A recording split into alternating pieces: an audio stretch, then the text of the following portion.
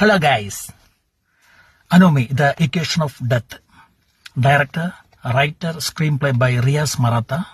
ഇതൊരു science fiction thriller മൂവിയാണ്.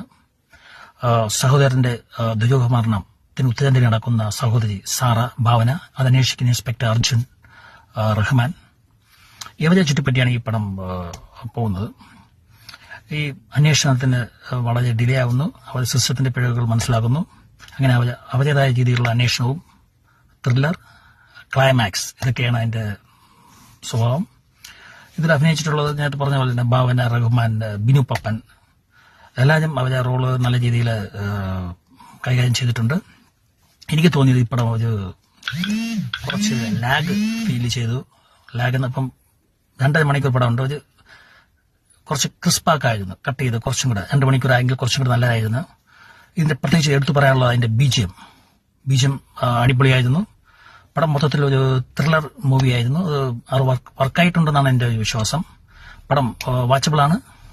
Audios amigos.